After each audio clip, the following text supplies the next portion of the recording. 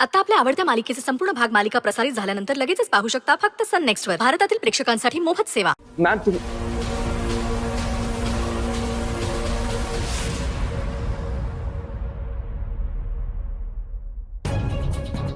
वरुण, ताई ताई तुझा लहान भाऊ आता मोठा झालाय आणि घरच्या सगळ्या जबाबदाऱ्या घ्यायला मी केपेबल आहे. माझ्यावर विश्वास ठेव. म्हणूनच मला इकडे यायचं नव्हतं. उगाच माझ्यामुळे ना तुला ऐकून घ्यावं लागतं. तू स्वतःची काळजी घे. मी येतो. बाय. वरुण अरे थांब ना प्लीज. ताई येतो.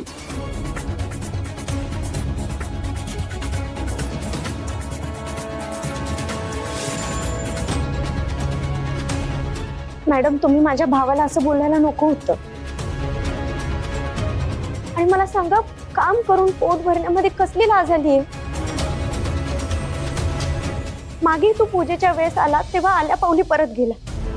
आताही तुम्ही त्याला एवढं बोलला. बिचाऱ्याला किती वाईट वाटलं असेल. आणि हो, मी फक्त जहागीरदारांची सून नाहीये. मला माझं स्वतःचं असं स्वातंत्र्य सुद्धा आहे. काय काय स्वतंत्र ओळख तुझी? काय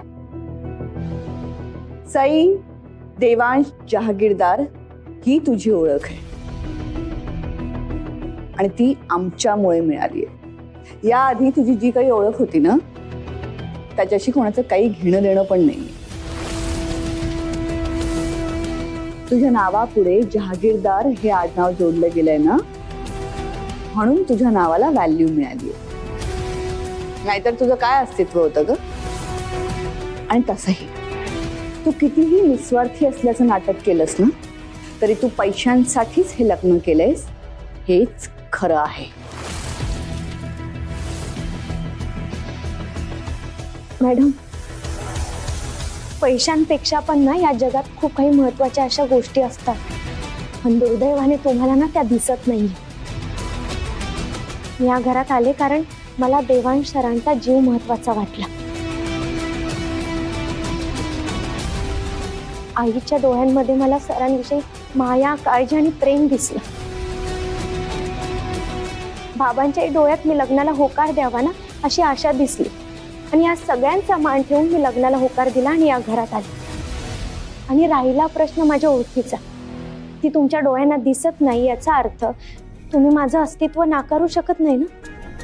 आणि जहागीरदारांची सून मी आता